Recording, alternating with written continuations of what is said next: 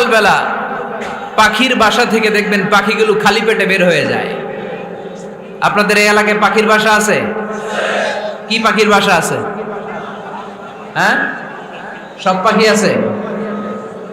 তো সকালবেলা দেখবেন পাখির বাসা থেকে পাখিগুলো খালি পেটে বের হয়ে যায়। বিকেল বেলায় পাখিগুলোর ওদর পূর্তি করে পেট ভর্তি করে আবার পাখির নিড়ে ফিরিয়ে দেয় কে? কারণ পাখিগুলো তাওয়াক্কুল করেছে কার উপর?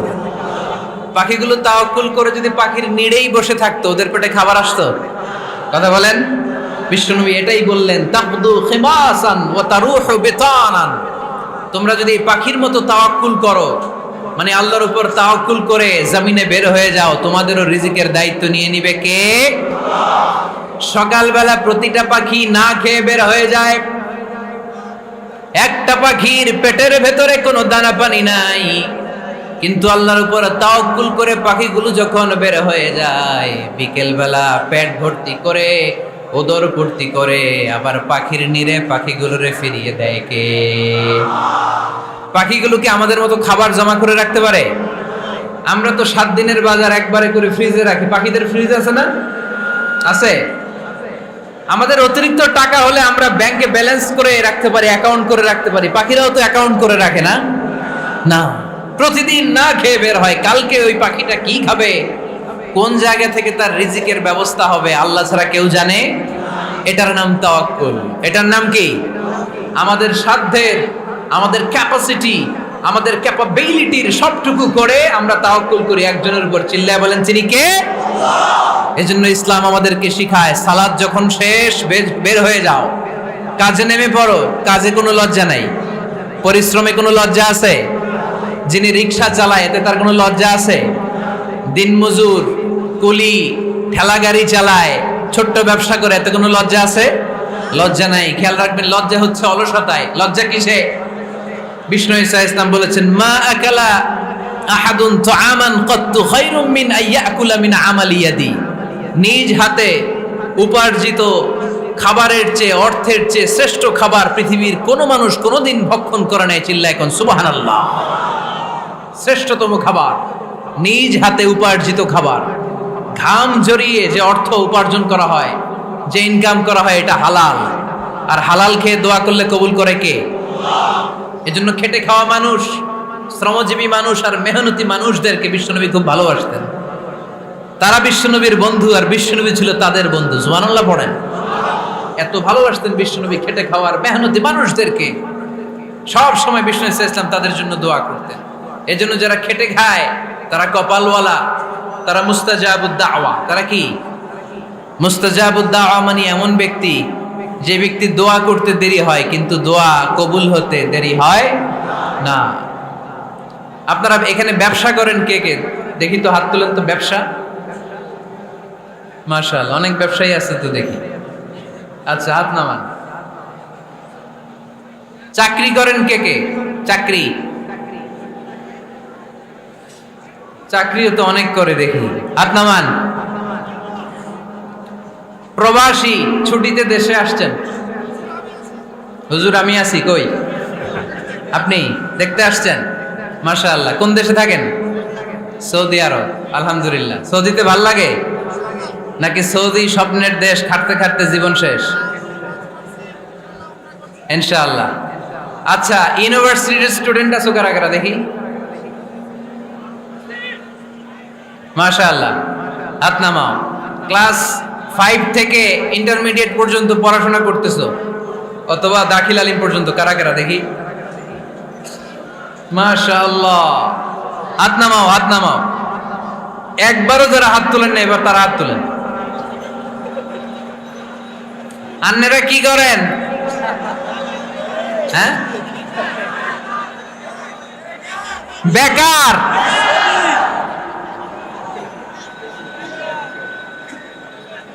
বাংলাদেশে চাকরির বাজার খুব মন্দা, ঠিক কিনা?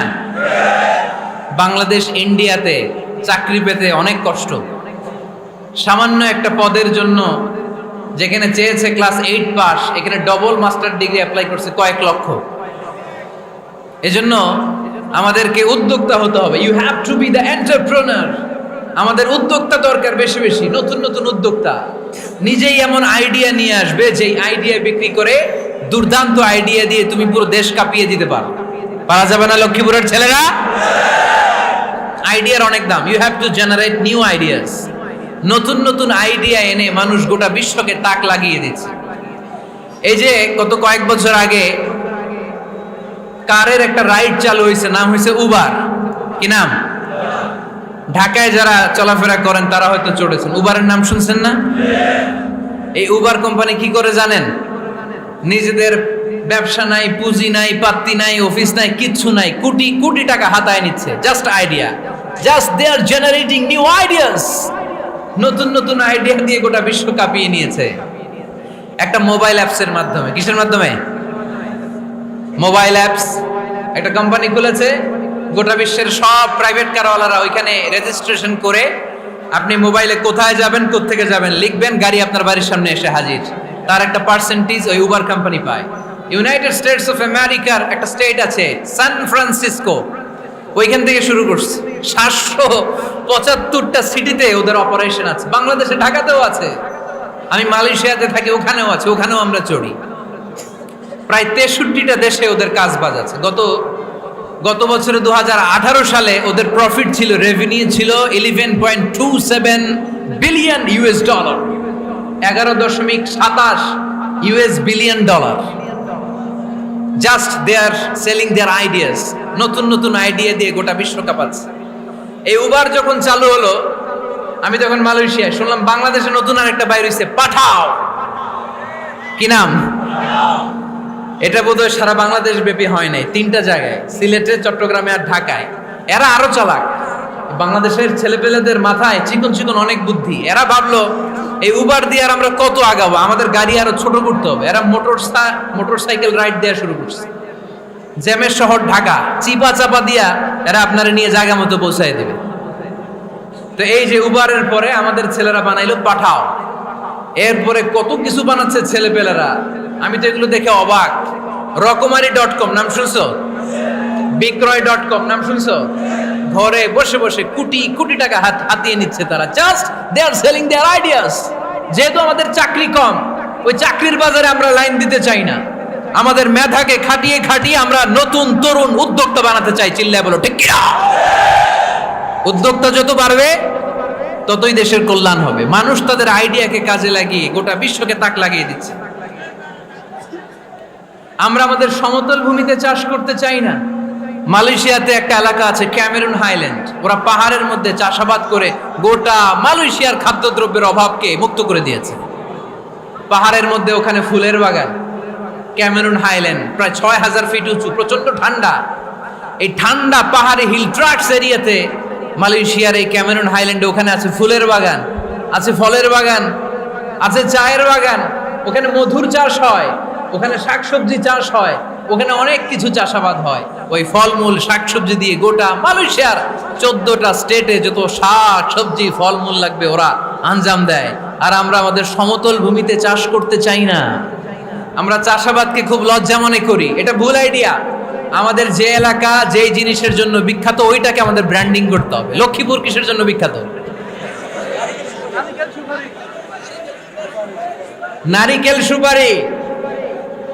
নারিকেল সুপারি যে পৃথিবীর কত মানুষ, ইন্দোনেশিয়ান লোকেরা মুড়ির মতো খায় নারিকেল আর সুপারি। তো এইটারে আমাদের ব্র্যান্ডিং করতে হবে। যেই দেশে যেটা আছে, যে এলাকা যেই পণ্যের জন্য বিখ্যাত ওইটা আমাদের ব্র্যান্ডিং করতে হবে। আমাদের আদমজির জুট মিল বন্ধ না? ভাওয়ানি জুট মিল বন্ধ। আমাদের পাট শিল্পকে ধ্বংস করে দিয়ে ইন্ডিয়া এখন ওই কটনের পাঞ্জাবি বানায়, জুট কটনের পাঞ্জাবি। আছে না নাই? পুরা বাংলাদেশের মার্কেট এই জুট কটনের পাঞ্জাবি দিয়ে সয়লাভ। আমাদের বাংলাদেশের পাট দিয়ে যদি আমরা মিহি পাঞ্জাবি বানাতে পারতাম, গোটা বিশ্বকে, বিশ্ববাজারকে আমরা দখল করে নিতে পারতাম। ঠিক কিনা? এজন্য আমাদেরকে নতুন নতুন আইডিয়া জেনারেট করতে হবে। চাকরির পিছনে বসে থাকলে চলবে না। আর আজান যদি হয়ে যায় ছুটে যাব মসজিদে, আর নামাজ শেষ হলে আমরা আমাদের কাজের দিকে চলে যাব। চিল্লায় বলেন ঠিক কিনা? যেটাই করব আমরা ভালোভাবে করব। আল্লাহ বলেছেন লিয়াবলুয়াকুম আইয়ুকুম আহসানু আমালা। লক্ষ্মীপুরের ভাইয়েরা আওয়াজ করে উত্তর দেন, আওয়াজ করে উত্তর দিতে হবে। জান্নাতে যেতে হলে 100তে কত নাম্বার পেতে হবে? হ্যাঁ, হয় নাই। 51। কি নাম তোমার? হ্যাঁ, ফরহাদ। জান্নাতে যেতে হলে 100তে আমার দরকার 51। 100তে কত লাগবে? ফাআম্মা মান সাকুলাত মাওয়াজিনুহু ফাহুয়া ফি আইশাতির রাদিয়া। সেদিন মিজানের পাল্লা যার ভারী হয়ে যাবে সে আনন্দ উৎসবে থাকবে। তো মিজানের পাল্লা ভারী হওয়ার জন্য 100তে আমার কত পাওয়া লাগবে? কত পাওয়া লাগবে? 51 পেলেই হয়ে যাবে। এজন্য আল্লাহ বলছেন লিয়াবলুয়াকুম আইয়ুকুম আহসানু আমালা। যেটাই করবে ভালোভাবে করবে। আল্লাহ এটা পরীক্ষা করতে চান যে আমরা ভালোভাবে কে কতটুকু আমল করেছি। যারা আরবি বোঝেন আলেম ওলামা আপনারা জানেন এখানে আল্লাহ বলেননি লিয়াবলুয়াকুম আইয়ুকুম আকসারু আমালা। আল্লাহ এটা দেখতে চান যে তোমাদের মধ্যে থেকে কে বেশি আমল করে। এটা বলছে আল্লাহ? বলে নাই।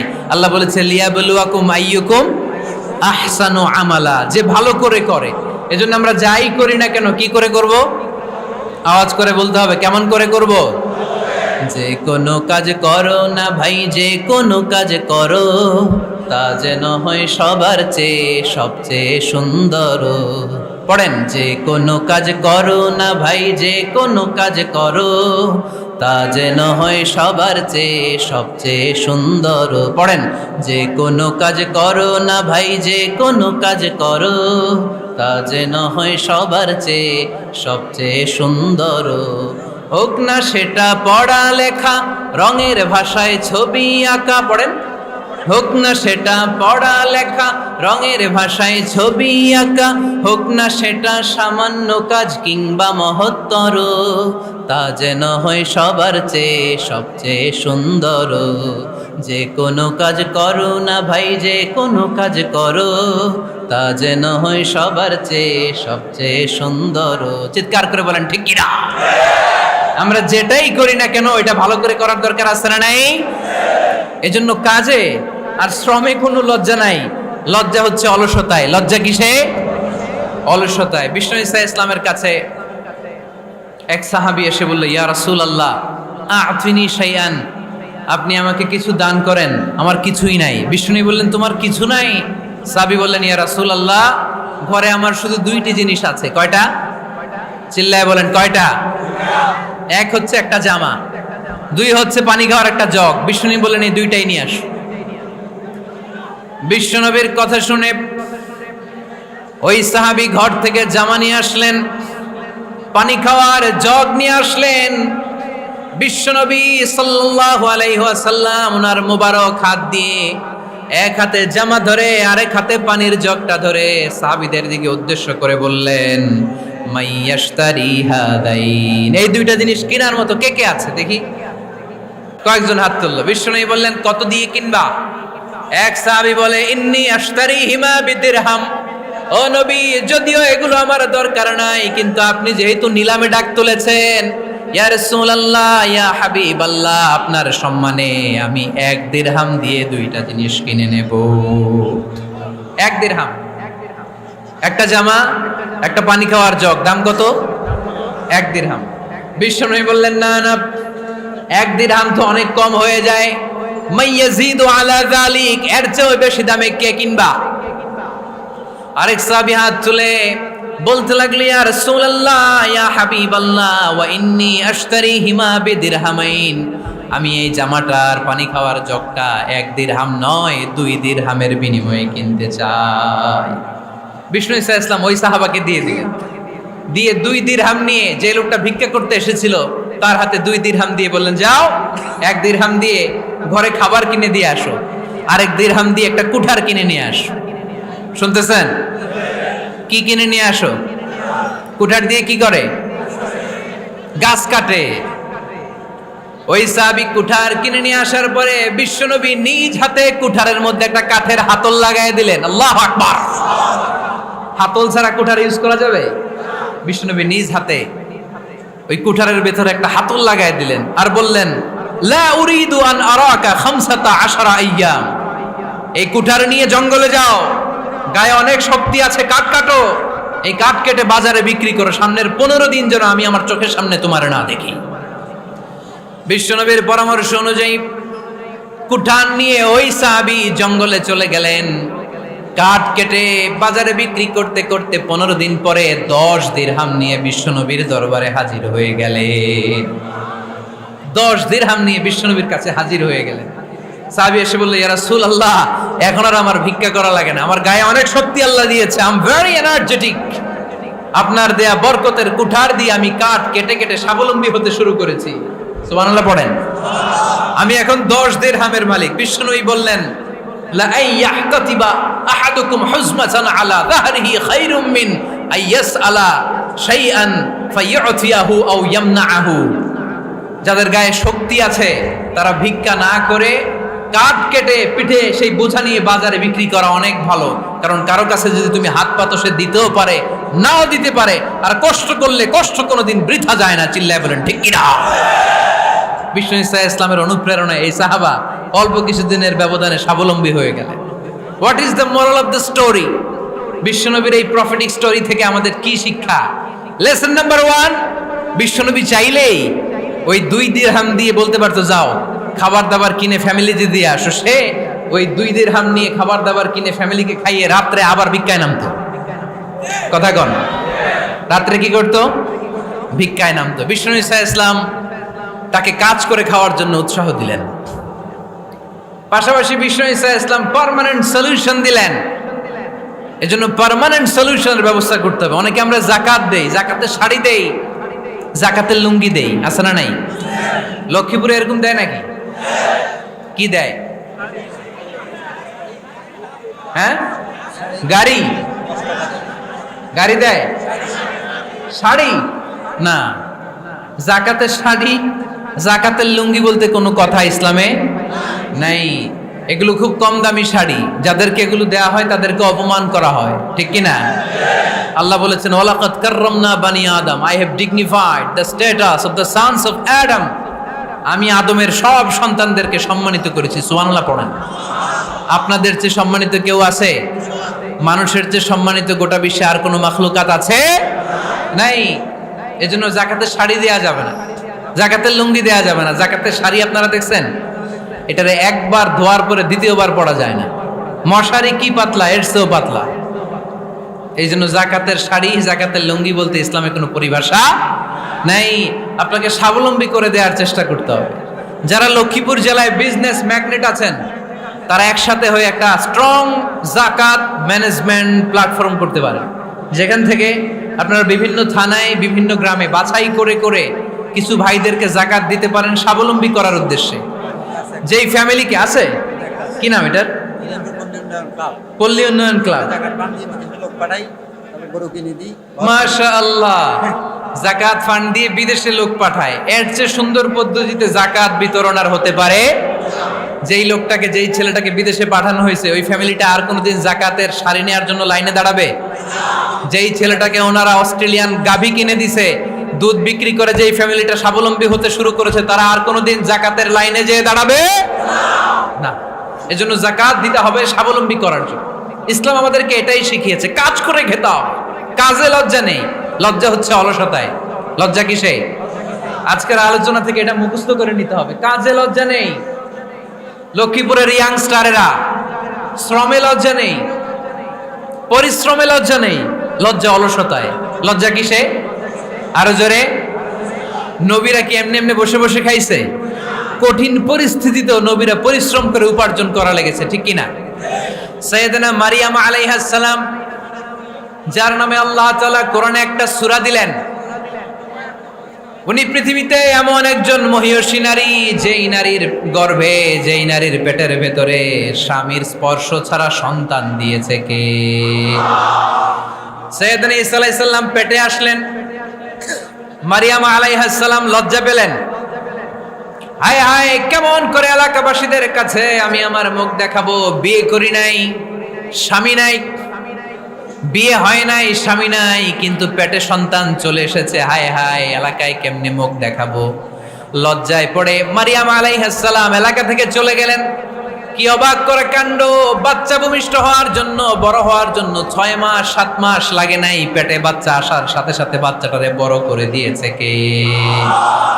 সাইয়েদাতুনা মারিয়াম আলাইহিস সালাম এবার বসে বললেন, বুঝতে আরম্ভ করলেন প্রেগন্যান্সির পেইন উঠেছে, হঠাৎ করে পেট থেকে বাচ্চা ভূমিষ্ঠ হয়ে যাওয়ার পরে উনি কাঁপতে আরম্ভ করলেন, ক্ষুধার চোটে, খাবার কিছু নাই, সামনে ঝর্ণা, উপরে একটা খেজুর গাছ। সাইয়েদনা ঈসা আলাইহিস সালামকে কোলে নিয়ে মারিয়াম আলাইহিস সালাম মনে মনে ভাবে, হায় রে, কেউ যদি একটু খেজুর পেড়ে দিত, এই ক্ষুধার মুহূর্তে আমি খেজুর খেয়ে পেটের ক্ষুধা নিবারণ করতাম। রব্বুল আলামিন মারিয়ামকে উদ্দেশ্য করে আয়াত নাজিল করে দিলেন, ওয়া হুজ্জি ইলাইকি বিজিযইন নাখলাতি তুসাকিত আলাইকি রতবান জানিয়া। কোরআন সাক্ষী, হুজ্জি ইলাইকি বিজিযইন নাখলা, এর মানে হচ্ছে মারিয়াম কেউ পেড়ে দিবে না, একটু কষ্ট করে হাতটা উঁচু করে খেজুরের ডালা ধরে ঝাঁকুনি মারো, টসটসে কাঁচা পাকা খেজুর নিচের দিকে পড়বে, তারপর তুমি তুলে খাবে। সুবহানাল্লাহ পড়েন। আল্লাহ চাইলে অটোমেটিক্যালি কারামাত হিসেবে খেজুরগুলো নিচে ফেলতে পারতেন না? কথা কন, খেজুরগুলো অটোমেটিক্যালি নিচের দিকে পড়ছে? পড়ে নাই।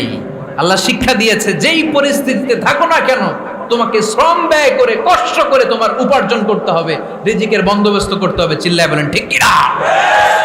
ইসলাম আমাদেরকে এটাই শিখিয়েছে, কাজে লজ্জা নাই।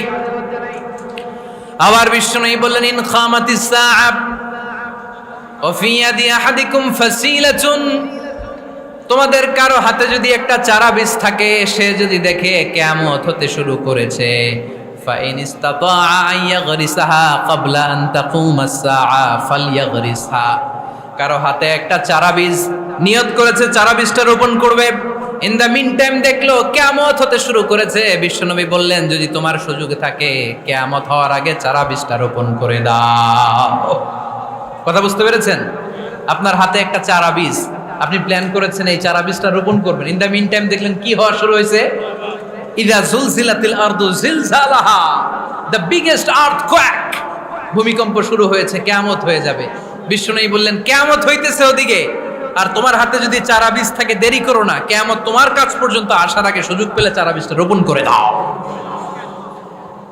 ইসলাম শিখিয়েছে শেষ নিঃশ্বাস পর্যন্ত তোমাকে লড়ে যেতে হবে। এই পৃথিবীতে কেউ কাউকে জায়গা করে দেয় না, জায়গা করে নিতে হয়।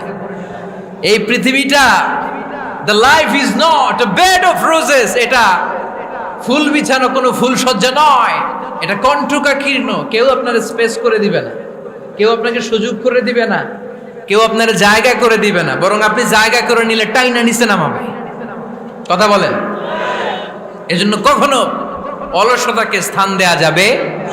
রাসূল বাত্তালি দুক্কানু শয়তান, অলস মস্তিষ্ক শয়তানের আড্ডা। অলস যদি কেউ থাকে, এটারে টেনে বেঁধে কাজে নামাবেন, পারা যাবে? আলহামদুলিল্লাহ লক্ষ্মীপুরে এরকম অলস ছেলে পেলে নাই।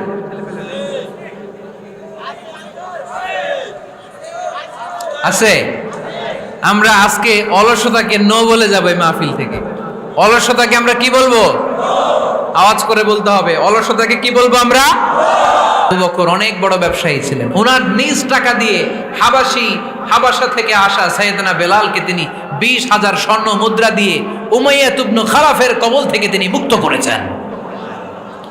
সাইয়েদনা উসমান যুন্নুরাইন বড় ব্যবসায়ী ছিলেন, নিজের টাকা দিয়ে মদিনার মুসলমানেরা পানি খেতে পারে না, বিইরে রুমা নামে একটা কুয়া ছিল, এই কুয়ার মালিক ছিল ইহুদি। মুসলমানেরা পানি খেতে গেলে এসে বকা দিত, পানি খেতে দিত না। বিশ্বনবী বললেন, আমার সাহাবীদের মধ্যে এমন কি কেউ নাই নিজের অর্থায়নে বীরে রুমা কিনে মুসলমানদেরকে দিয়ে দিবে? সাইয়েদনা উসমান যুন্নুরাইন বলল, ইয়া রাসূলুল্লাহ, আপনার খেদমতে আমি হাজির। মুহূর্তের মধ্যে সাইয়েদনা উসমান যুন্নুরাইন নিজের অর্থায়নে বীরে রুমাটা কিনে মুসলমানদের জন্য সদকা করে দিয়েছে। তো ব্যবসা না করলে, কর্মঠ না হলে, উপার্জন না হলে সদকা করা যাবে? চিল্লায় বলেন, করা যাবে? সুনানে তিরমিজির বর্ণনা, বিষ্ণু ঈসা ইসলাম মক্কা থেকে যত সাহাবারা হিজরত করে মদিনায় এসেছে, মদিনাতে কোনো না কোনো সাহাবার সাথে বিশ্বনবী ভ্রাতৃত্বের বন্ধনে আবদ্ধ করে দিয়েছে। সুবহানাল্লাহ পড়েন। এজন্য মক্কা থেকে যারা এসেছে এদেরকে বলে মুহাজির, এদেরকে কি বলে? আর মদিনায় যারা ছিল এদেরকে বলে আনসার, এদেরকে কি বলে? আওয়াজ করে উত্তর দিবেন। মক্কা থেকে যারা এসেছে তাদের নাম মুহাজির, আর যারা মদিনার সাহাবী তাদের নাম আনসার। আজকে এই মাহফিলে লক্ষ্মীপুর এর বাইরে থেকে কারা কারা আসছেন দেখি?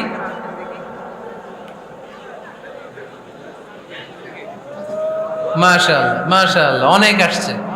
আল্লাহ এই ভাইদেরকে তুমি কবুল করো, হাত নামান। এই যে লক্ষ্মীপুরের বাইরে থেকে যে ভাইরা আসছে তারা লক্ষ্মীপুরের মেহমান, ঠিক কিনা? মক্কা থেকে হিজরত করে যে সমস্ত সাহাবারা এসেছিল তারা ছিল মদিনার মেহমান। বিশ্বনবী এক এক মক্কার সাহাবীকে মদিনার এক এক সাহাবীর সাথে ভ্রাতৃত্বের বন্ধনে আবদ্ধ করে দিলেন।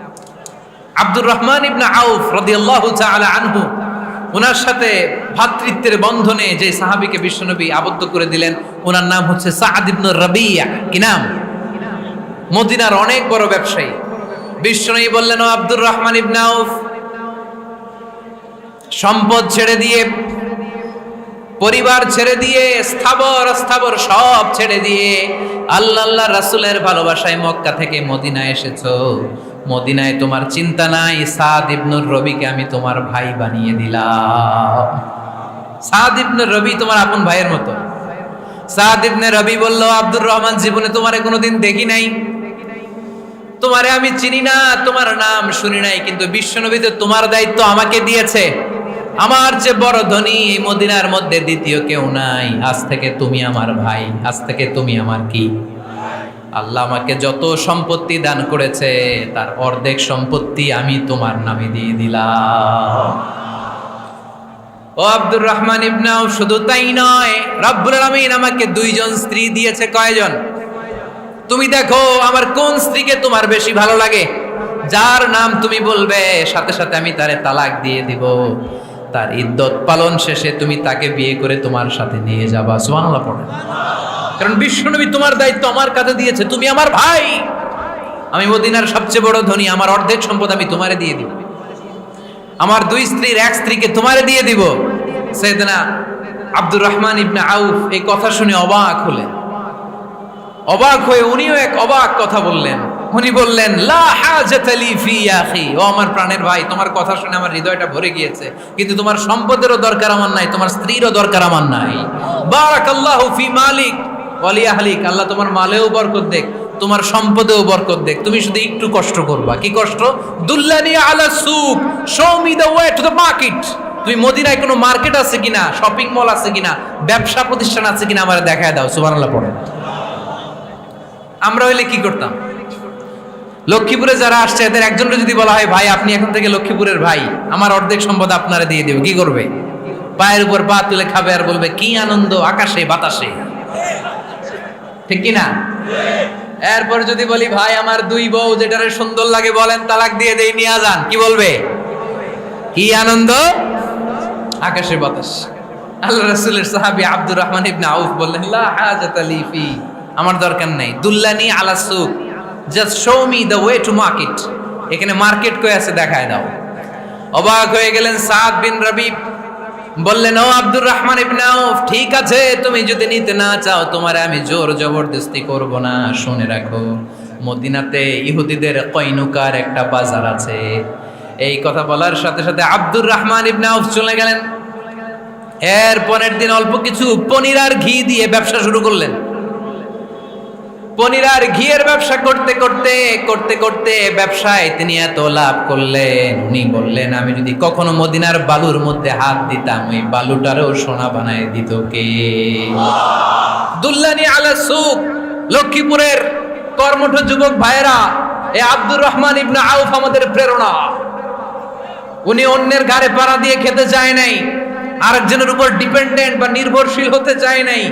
তিনি স্বাবলম্বী হওয়ার শিক্ষা, লেসন কিয়ামত পর্যন্ত গোটা বিশ্বের যুবকদের জন্য রেখে গিয়েছে। চিল্লায় বলো ঠিক কিনা? দুল্লানি আলা সুক, show me the way to market. Market কোথায় দেখাও।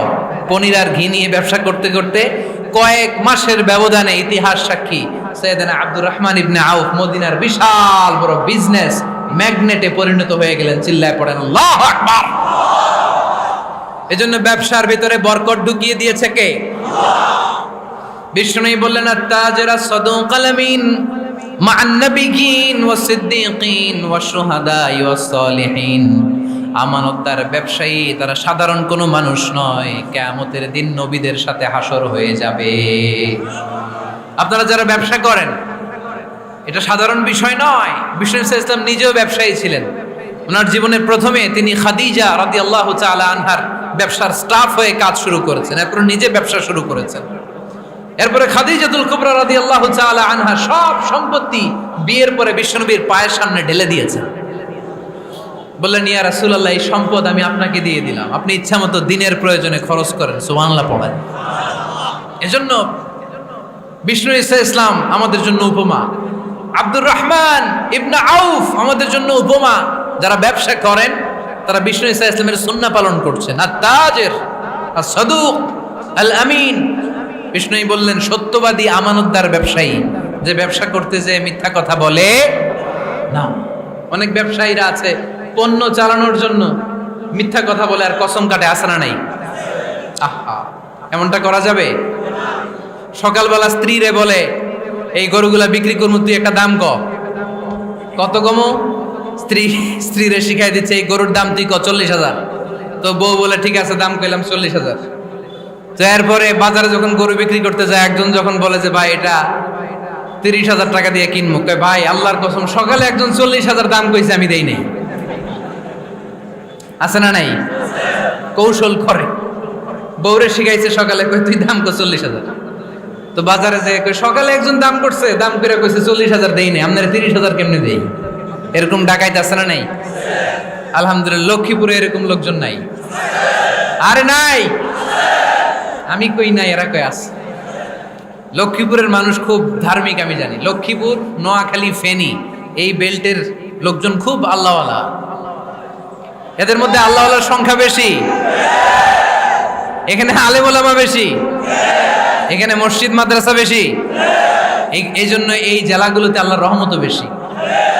আল্লাহ তুমি এই জেলার ছেলেবেলাদেরকে, এই জেলার লোকদেরকে তুমি কবুল করো, মা বোনদেরকে তুমি কবুল করো। সম্মানিত ভাইয়েরা, এজন্য আজকের মাহফিল থেকে আমরা যেটা শিখলাম সেটা হচ্ছে পরিশ্রমে কোনো লজ্জা আছে? আমরা কাজ করে খাবো, ঠিক কিনা? Never under estimate any job. যুবক ভাইয়েরা, লক্ষ্মীপুরের যুবক ছেলেরা শুনতেছ? এরকম আওয়াজ করতে হবে, কান খাড়া করে শোনো।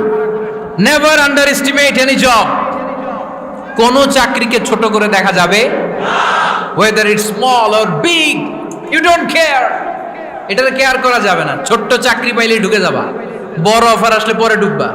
এটা ছোট কাজ, এটা হোটেলের ওয়েটার, এটা ছোট্ট স্টাফ, এটা কেরানি না। কাজ কাজই, কাজের মধ্যে কোনো ছোট বড় নাই। খেটে খাওয়া মানুষকে বিশ্বনবী অনেক সম্মান করতেন। বিষ্ণু ঈসা ইসলাম খেটে খাওয়া মানুষদেরকে এত ভালোবাসতেন, বিদায় হজের মতো এত গুরুত্বপূর্ণ ভাষণও এই মেহনতি মানুষদের কথা বাদ যায়নি। সুবহানাল্লাহ পড়বেন না? দিনটা ছিল জুমাবার। বিষ্ণু ঈসা ইসলাম আরাফাতের ময়দানে দাঁড়িয়ে ঐতিহাসিক একটা ভাষণ দিলেন। এই ভাষণের নাম হলো বিদায় হজের ভাষণ। এই বিদায় হজের ভাষণেও খেটে খাওয়া মানুষের কথা বিশ্বনবী বাদ দেয় নাই। বিষ্ণু বলেছেন, আরিক্কাকুম, খবরদার, অধীনস্থ কর্মচারীদের সাথে খারাপ আচরণ করো না। আতঈমুহুম মিম্মা তাকুলুন ওয়াকসুহুম মিম্মা তালবিসুন। খবরদার, মনে রেখো, তোমরা যা খাবে তোমাদের অধীনস্থ কর্মচারীদেরও তা খাওয়াবে, তোমরা যা পড়বে তাদেরও তা পড়াবে। বিশ্বনবী শেষ নিঃশ্বাস ত্যাগ করে যাওয়ার আগে যেই কয়েকটা কথা বলেছিলেন তার মধ্যে মেহনতি মানুষদের জন্য কথা আছে না নাই? বিষ্ণু ঈসা ইসলাম যখন শেষ নিঃশ্বাস ত্যাগ করবেন, তিনি বলেছিলেন, আসসালাত আসসালাত, উম্মতেরা নামাজ নামাজ, নামাজ ছেড়ে দিও না, নামাজ তরক করো না, নামাজ কাজা করো না। আর বলেছিলেন, অমা মালাকাত আইমানুকুম, অধীনস্থ কর্মচারীদের সাথে খবরদার খারাপ আচরণ করো না। যারা কর্মচারীদের সাথে খারাপ আচরণ করে, যারা মানুষের কাছ থেকে শ্রম নিয়ে কাজ করিয়ে টাকা দেয় না, কিয়ামতের দিন তাদের বিরুদ্ধে মামলা দায়ের করবে কে? কে করবে? হাদিসে কুদসি সাক্ষী বিষ্ণু ঈসা ইসলাম বলেন, আল্লাহ তাআলা ফরমান, আনা খাসমুহুম সালাসাতুন আনা খাসমুহুম ইয়াউমাল কিয়ামা। তিন শ্রেণীর ব্যক্তির বিরুদ্ধে আল্লাহ বলেন, আমি নিজেই কিয়ামতের দিন মামলা দায়ের করব। I will be against them in the day of judgment. Three categories of people, I will be against them in the day of judgment. তিন শ্রেণীর লোক কিয়ামতের দিন তারা ছাড় পাবে না। আল্লাহ বলেন, আমি নিজেই তাদের বিরুদ্ধে মামলা দায়ের করব। এর মধ্যে এক শ্রেণীর লোক হচ্ছে রজুলুন ইস্তাআজারা আজিরান ফাস্তাউফা মিনহু ওয়ালাম ইয়াতি আজরা, একজন শ্রমিক ভাড়া করে তার কাছ থেকে কাজ নিয়েছে কিন্তু তার পারিশ্রমিক আদায় করে নাই। এরকম আছে না নাই? দাপট দেখায়, দাপট দেখায় ইউনিভার্সিটির ক্যান্টিনগুলোতে। ইউনিভার্সিটির ক্যান্টিনে যে খায় মাগার বিল দেয় না, এরকম ডাকাইত আছে না নাই? চায়ের দোকানে চা খায় পরে দিমু, বিল দেয় না, আছে না নাই? দোকানে যে পণ্য কিনে বিল দেয় না, পরে দিমু, আছে না নাই? কিয়ামতের দিন আল্লাহ তোর এই মাস্তানি ছুটাবে, চিল্লা এখন ঠিক কিনা? আনা খাসমুহুম, আমি নিজেই তাদের বিরুদ্ধে মামলা দায়ের করব। কথাটা কার? আল্লাহ। এজন্য বিষ্ণু বললেন, খবরদার, মেহনতি মানুষ, খেটে খাওয়া মানুষ, এদের দোয়া কবুল হয়ে যায়। আতুল আজিরা আজরাহু ক্বাবলা আন ইয়াজিফা আরাকুহু, খবরদার, বিশ্বনবী বললেন, শ্রমিকের ঘাম শুকিয়ে যাওয়ার আগে তাদের পারিশ্রমিক মিটিয়ে দাও। বিশ্বনবীর বিখ্যাত হাদিস, আতুল আজিরা আজরাহু ক্বাবলা আন ইয়াজিফা আরাকুহু, শ্রমিকের ঘাম মাটিতে লাগার আগে, শুকিয়ে যাওয়ার আগে তাদের পারিশ্রমিক মিটিয়ে দাও। কেননা তারা যদি বদদোয়া করে তোমার জীবনকে জাহান্নাম বানিয়ে দিবে কে? বিষ্ণু ইসলাম সব সময় খেটে খাওয়া মানুষদেরকে আগলে রাখতেন।